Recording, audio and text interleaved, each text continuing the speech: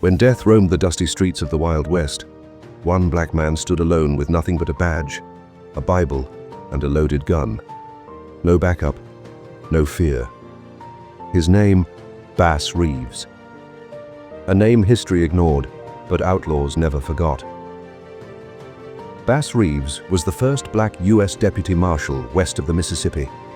He arrested over 3,000 criminals, and shockingly, he was never even wounded in a shootout. But sadly, Hollywood chose to erase him. Many believe the iconic character, the Lone Ranger, was secretly based on Bass Reeves, but his black face was whitewashed for the screen. This isn't just the story of one man. It's the story of courage, justice, and the America you won't find in school books.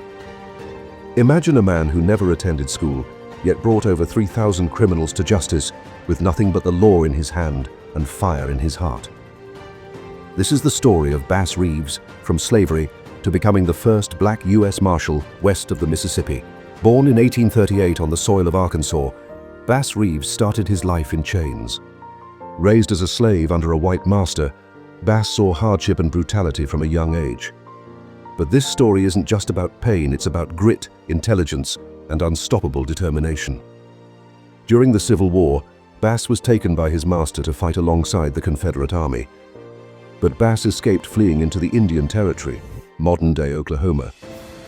There, he learned Native American languages, mastered horseback riding, and survival skills that would later define him as a marshal.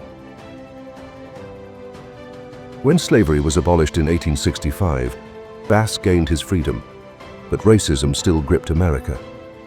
Yet Bass didn't back down. In 1875, he was appointed as a U.S. Deputy Marshal, a black man with a badge in a hostile white man's world. Bass Reeves was the kind of lawman who didn't need to shout. He didn't threaten. He didn't boast. When he rode into town, the silence spoke louder than any gunfire. Outlaws knew justice had arrived. Assigned to the lawless Indian Territory, what is now Oklahoma, Bass faced a land crawling with fugitives, killers, and thieves. It was a region other lawmen feared to enter. But Bass? He rode in alone. With nothing but a stack of arrest warrants in his pocket and a Colt .45 on each hip, he tracked the worst of the worst through forests, rivers, and deserts. No radios, no backup, just grit, precision, and a deadly sense of justice. What made Bass terrifying wasn't his trigger finger. It was his mind. He often disguised himself, once as a farmer, another time as a preacher, slipping undetected into outlaw camps and capturing targets with cunning rather than gunfire. In one legendary incident, Bass single-handedly apprehended 4 heavily armed gang members. With calm negotiation and sheer presence, he convinced them to lay down over 10 weapons and arrested them without firing a single shot. He spoke little, but every glance, every silence carried the weight of the law. He could read lies in a man's eyes, sense fear in their breath, and predict their next move before they made it. Even his enemies respected him, but respect didn't always come with recognition. As a black man in a deeply racist system, Bass often faced humiliation in courtrooms. Judges would dismiss his testimony not for lack of evidence, but because of the color of his skin. Still, Bass never lost his purpose. Justice wasn't just a job to him, it was a moral code. He enforced it with equal force on all, regardless of race or status. In the next chapter, we explore the most heartbreaking moment of Bass Reeves' life when he had to arrest his own son. A moment that tested not just his badge, but his soul. Sometimes, the road to justice demands the ultimate sacrifice, not just of comfort or safety, but of the heart itself. For Bass Reeves, that sacrifice came when he had to arrest his own son. George Reeves was known as a calm and decent young man, until one day, word came that he had murdered his wife in a fit of rage. The news struck Bass like thunder. A father's heart broke, but a lawman's duty awakened. The town whispered, would Bass protect his son, or would he honor his badge? Bass didn't flinch. He quietly obtained the arrest warrant for George and set out alone to bring him in. No speeches, no tears, just the cold resolve of a man whose principles had never bent, not even for blood. After weeks of searching, Bass found his son. He didn't raise his voice, didn't lecture. He simply did what he had always done, enforced the law. George Reeves was convicted and sentenced to years in prison. Bass never spoke publicly about the arrest, but those who knew him understood this wasn't a father's defeat. It was an officer's triumph. He had upheld the law above all else. Some criticized him. How could a father arrest his own child? But Bass had one answer. If I can't hold my own blood accountable, then I have no right to hold anyone else accountable. That single act defined Bass Reeves not just as a marshal, but as a man of unshakable integrity, a symbol of true justice. In the next chapter, we'll see how Bass's fearless legacy spread all the way to Washington, and why even the Capitol couldn't ignore the name Bass Reeves anymore. Bass Reeves was no longer just a brave lawman. He had become a living legend, and his reputation had begun to echo in the halls of power in Washington, D.C. By the 1880s, the Indian Territory remained wild and dangerous, a refuge for criminals. But there was one man who turned the wilderness into a place of justice: Bass Reeves. His success was undeniable. With each mission, each arrest, his name gained more weight. He was handed special assignments cases no one else dared to touch. Bass never backed down. Soon his record caught the attention of federal authorities in Washington. Over 3,000 arrests, dozens of deadly criminals, not a single bullet wound. These weren't just numbers, they were legend. Newspapers began printing stories about this fearless marshal. Few photos existed. A black lawman was still an uncomfortable truth for many in power. But his story could no longer be hidden. His understanding of the law was unmatched. Though he couldn't read or write, Bass grasped legal codes better than most educated men. He stood in court like a seasoned lawyer, answering questions from judges with confidence and clarity. Officials in Washington discussed expanding his jurisdiction, giving him greater authority across state lines. But Bass wasn't hungry for promotion. He simply said, "I want justice, not a title." He didn't seek power, he lived for purpose. In the next chapter, we explore how Bass Reeves served the law until the very end, and how, despite his unmatched service, history nearly forgot him. As Bass Reeves grew older, his bones may have slowed, but his resolve never did. While most men his age were preparing to retire, Bass was still riding the frontier, hunting fugitives with the same fearless intensity. Time carved wrinkles into his face, but his eyes remained sharp-focused, firm, and full of justice. By the early 1900s, Bass was well past 60. Fellow marshals were stepping down, yet every morning, Bass put on his badge, mounted his horse, and rode into the unknown. Young deputies would ask, "Marshal, don't you ever get scared?" Bass would smile and say, "Fear is the biggest bullet, and I dodge them both." Some outlaws mistook his age for weakness and paid the price. With decades of experience, Bass could smell lies before they were spoken. He moved with calculated precision, dismantling crime rings like clockwork quietly and without pride. If you're inspired by the untold stories of legends like Bass Reeves, hit that like button, and don't forget to subscribe to our channel, Inspiro. We bring you history's hidden heroes, not the ones found in schoolbooks, but the ones that shape the world in silence. Bass never sought the spotlight, yet his deeds demanded it. He was offered the prestigious post of Chief Marshal in Arkansas, but declined. "Justice isn't something I hand down from behind a desk," he said. "It rides with me on the saddle, through the dust." This humility, this honesty, is what made Bass Reeves more than a marshal. It made him a legend. In 1907, Oklahoma officially became a state, ending the era of the Indian Territory. Along with this transition, Bass Reeves was honorably retired from his post as U.S. Marshal. But did Bass stop serving justice? Not even close. At nearly 69 years old, Bass still carried the fire of justice in his soul. Retirement was not a retreat for him, it was just a new beginning. He soon accepted a role as a local police officer in Muskogee, Oklahoma. He no longer wore the Marshal's badge, but his mere presence continued to strike fear into the hearts of wrongdoers.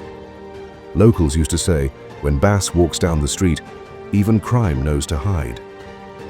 In this quieter role, Bass didn't sit behind a desk. He patrolled the streets on foot, keeping a watchful eye and an alert ear. He stopped petty crimes, resolved disputes, and mentored troubled youth, guiding them away from darkness. His discipline never faded. He took no bribes, showed no favoritism, made no compromises. When a journalist asked after capturing the worst outlaws in the West, why bother with street quarrels now?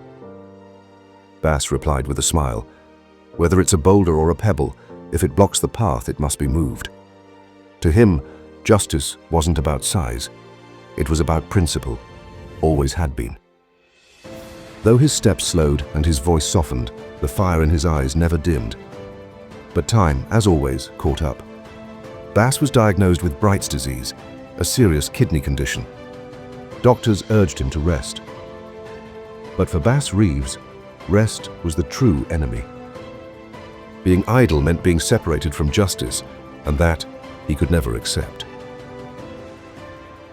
In the next chapter, we explore how even illness couldn't silence Bass Reeves' spirit, and how his final days were filled with the same strength that defined his legacy.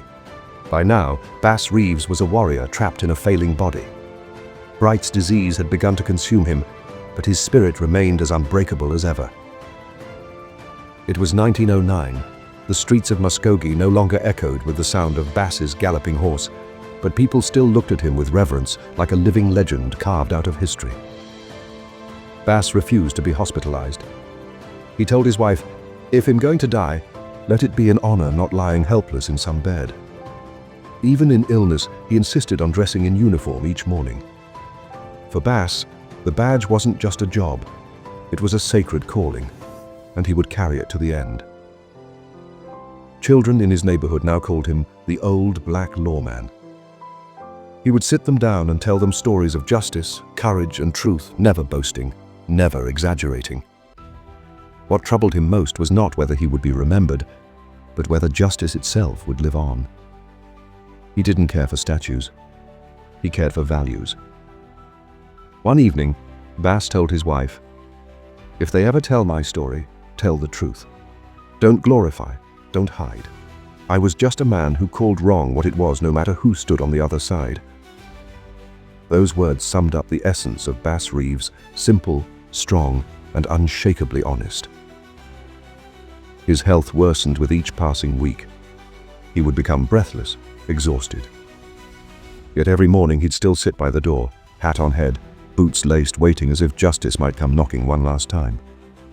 Death was near, but Bass felt no fear. He once told a friend, "I've lived by justice all my life.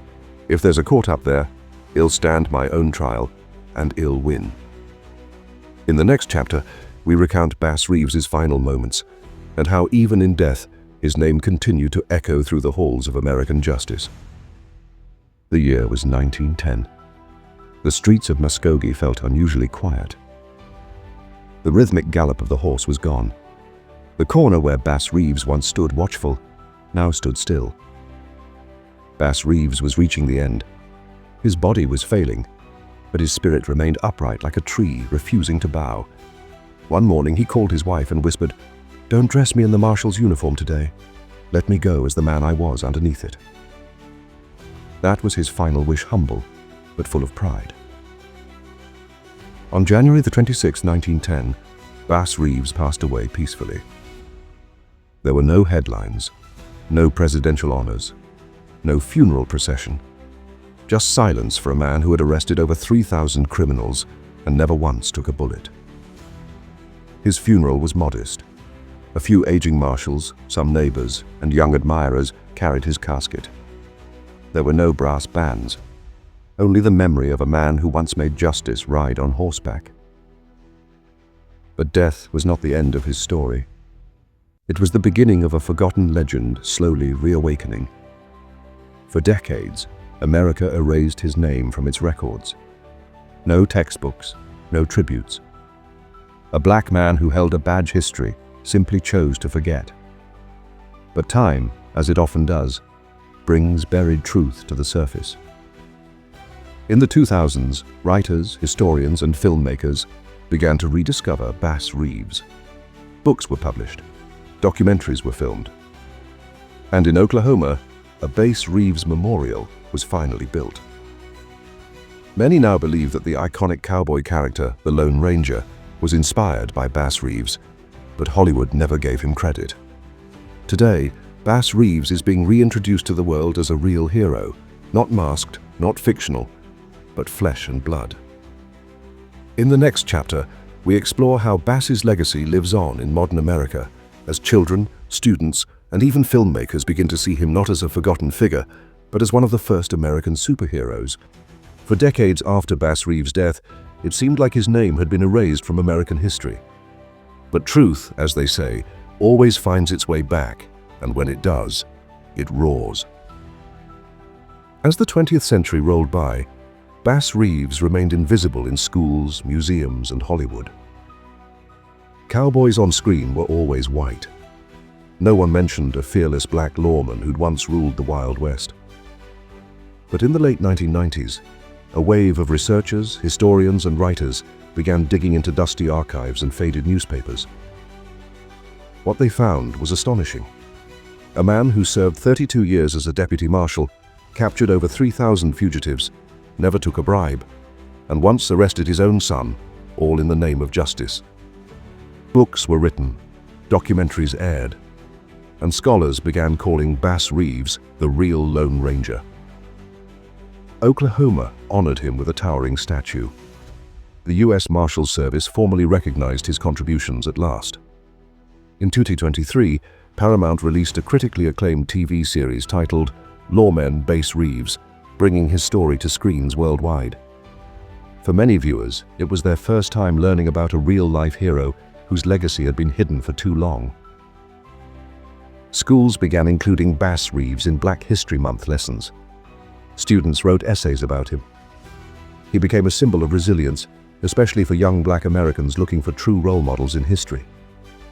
Bass's story is no longer just history. It's a movement, a call to remember those who served justice even when justice didn't serve them. In the final chapter, we reflect on what Bass Reeves means today and why his legacy matters for every American, regardless of race, age, or background. The story of Bass Reeves does not truly end. Because he wasn't just a man in history, he was the spirit of justice itself. His life defied fiction. It broke the boundaries of race, class, and time.